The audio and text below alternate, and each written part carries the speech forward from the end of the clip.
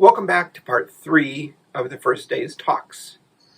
In this last section, short section, I want to focus on what Gadamer says about understanding and how understanding plays a central role in his epistemology, and how, by focusing on understanding rather than knowledge, this affects the way we might think about epistemic injustice. I'm going to open with a quote from the second preface to Truth and Method. This was written later. And Gadamer is talking about his project in the context of the history of thinking about conditions for the possibility of knowing, and his model for this is Kant. So here's Gadamer's quote. Kant asked a philosophical question. What are the conditions of our knowledge, by virtue of which modern science is possible, and how far does it extend? The following investigation, Truth and Method, also asks a philosophical question in the same sense. But it does not ask it only of the so-called human sciences, neither does it ask it only of science and its modes of experience, but of all human experience of the world and human life. It asks, to put it in Kantian terms, how is understanding possible? This is a question which precedes any action of understanding on the part of subjectivity, including the methodological activity of the, quote, interpretive sciences and their norms and rules. Heidegger's temporal analytics of Dasein has, I think, shown convincingly that understanding is not just one of the various possible behaviors of the subject, but the mode of being of Dasein itself. It is in this sense that the term hermeneutics has been used here. It denotes the basic being in motion of Dasein that constitutes its finitude and historicity, and hence embraces the whole of its experience of the world. So Gadamer follows Heidegger in talking about understanding not just as one cognitive activity among others, but as a core mode of being of what it means to be a human being existing in the world. Let's first look at what Heidegger says about understanding in Being and Time. We can understand Heidegger's view by focusing on 3 theses. The first thesis is that understanding has primacy over cognition.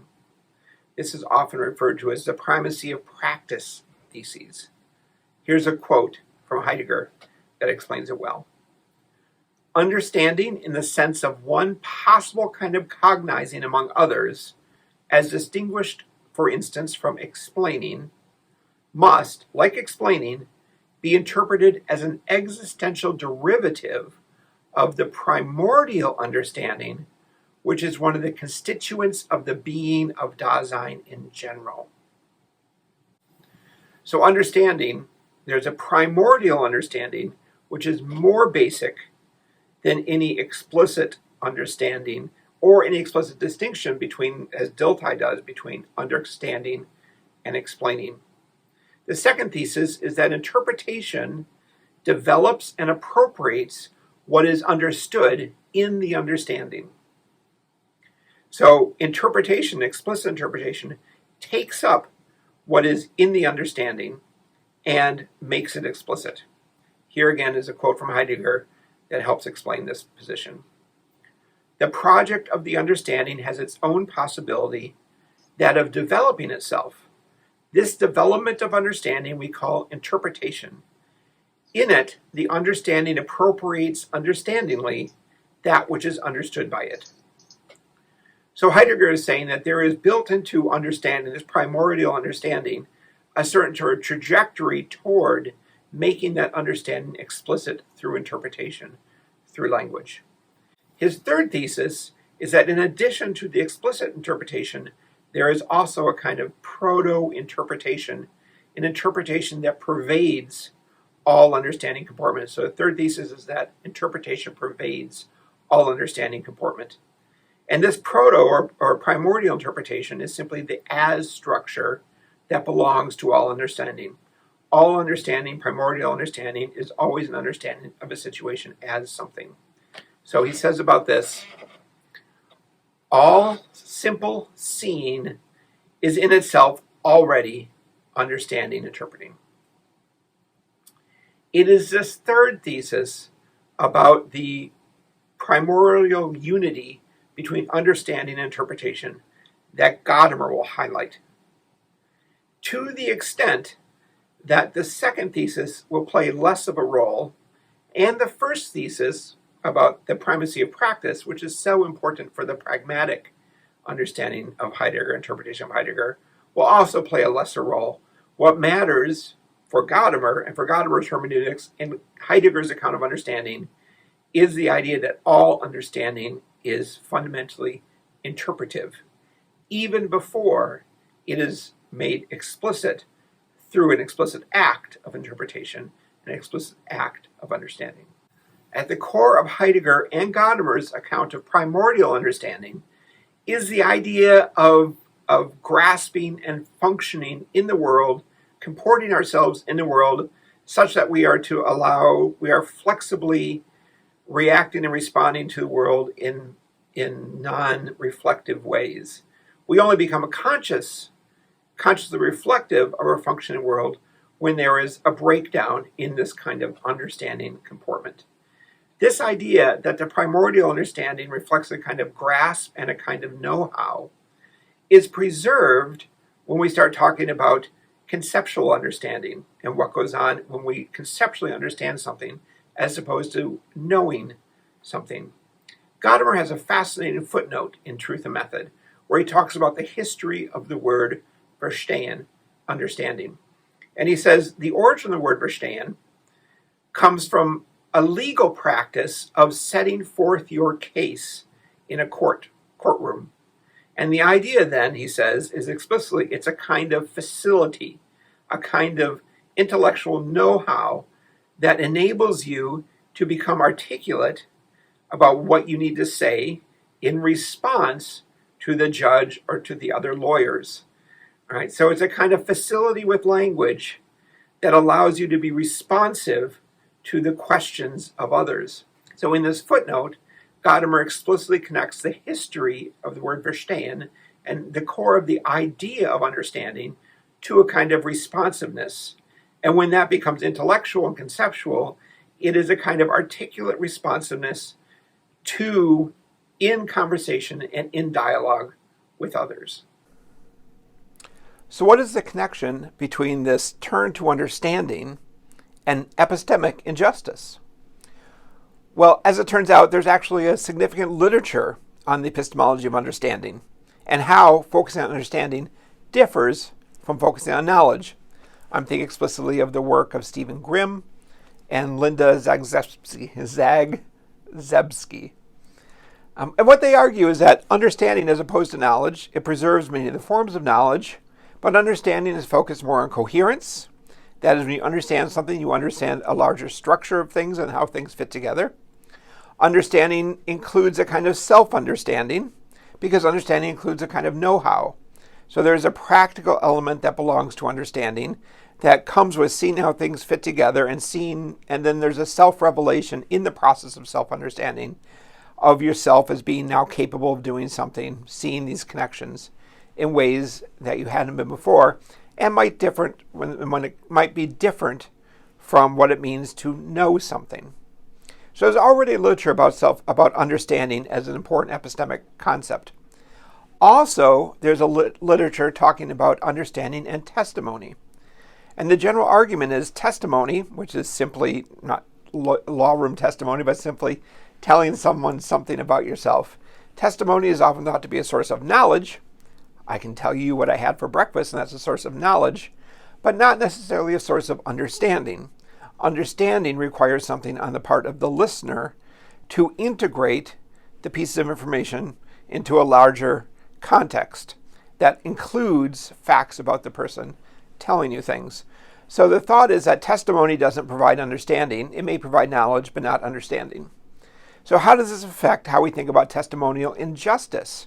Well, if testimonial injustice is a kind of unequal distribution of credence, of credibility, when one shares what one knows, if our focus is on understanding one another rather than simply acquiring knowledge from another person, then one of the ways in which we may attempt to remedy testimonial injustice is to focus on understanding the other person, not just trying to acquire knowledge from the other person. So when the person who is marginalized, the person who is not offered the same amount of credence as somebody else, right, we can respond to that deficit through focusing on trying to understand what they have to tell us, not merely focusing on the information they have to share.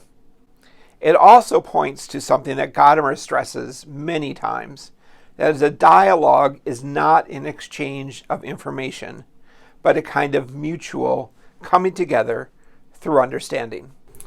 Okay, so I think that gives us a good idea about the ways in which focusing on the epistemology of understanding rather than knowledge shapes what we might think about testimonial justice and the ways to which we can respond to situations of testimonial injustice. At least it's a start. It's always worth pointing out that hermeneutical injustice often manifests itself as testimonial injustice. If there is a marginalized group which lacks either the resources to understand their own experiences or to communicate their experiences in a way that others can understand them, often that will be reflected through occasions of testimonial injustice. The very lack of the capacity to understand and communicate their own experiences will result in a lack of credence about what they do have to say about their experiences, and ways they recognize that they are themselves inarticulate about their own experiences. So first thing I want to point out is that often testimonial justice can contribute to hermeneutical justice. But here at the end of today, I want to really stress what it is that a hermeneutic account of understanding and a focus on the epistemology of understanding can help us understand about hermeneutical injustice specifically. So let's think back about Miranda Fricker's definition of hermeneutical injustice. In that video, she said there were two parts to it. You had a marginalized group who did not participate in the same way as other groups in the formation of concepts. And as a result, they are hindered in their ability to articulate and understand their own experiences, or if they can articulate them, in their ability to communicate those to others, such that others can recognize those experiences. So I think at the heart of hermeneutical injustice is a failure of a kind of understanding, a self-understanding, and a failure of the ability for others to understand. So when we have this hermeneutical model of understanding now, where understanding operates at a more primordial level, a kind of interpretive comportment functioning in the world that then connects to the ways in which we make these interpretations explicit through language, we realize there may be a broader range of things that fall under hermeneutical injustice. But in order to make that point, you have to take seriously the idea that the more primordial level of understanding, our kind of interpretive comportment to the world, is epistemic. That is, our interpretive comportment, our interpretive interactions with the world, reveals the world to us in certain ways and discloses the world to us in certain ways, makes things manifest and makes other things not manifest. It is a fundamentally epistemic, has a fundamental epistemic component to it. In the ways it allows us to see some things and not other things.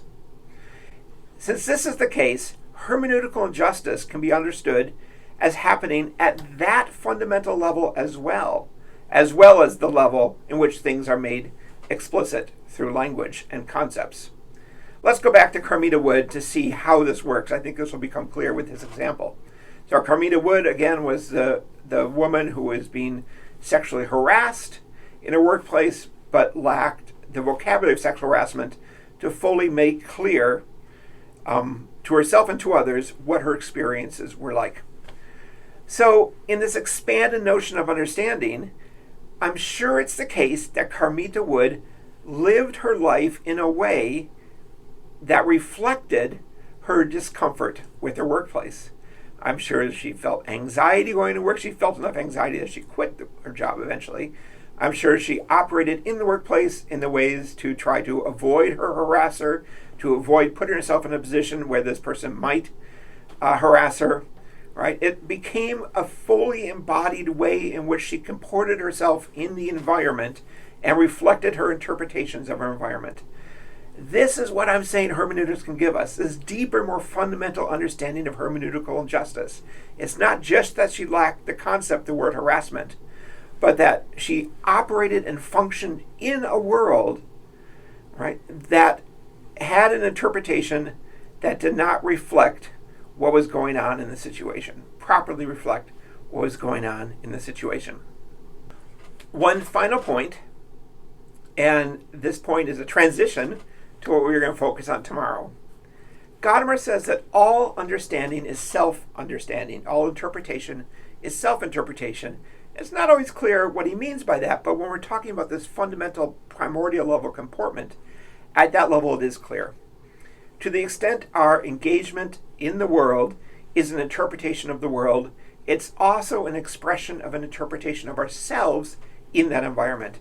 What's appropriate and what's inappropriate for ourselves in the environment, what kind of person we are, what kind of rights, responsibilities, desires we have, are all built into that interpretation. So the way that we fundamentally operate in an environment also not only says something about what we think about our environment and how we function in the environment, but it says something about ourselves. And that's what I'm going to focus on tomorrow, on the second day, is the way that self-interpretation and self-understanding are fundamental to who we are as human beings, and that hermeneutical justice, hermeneutics helps us understand how hermeneutical justice can operate at this deepest sorts of levels of self-interpretation and self-understanding. Thank you.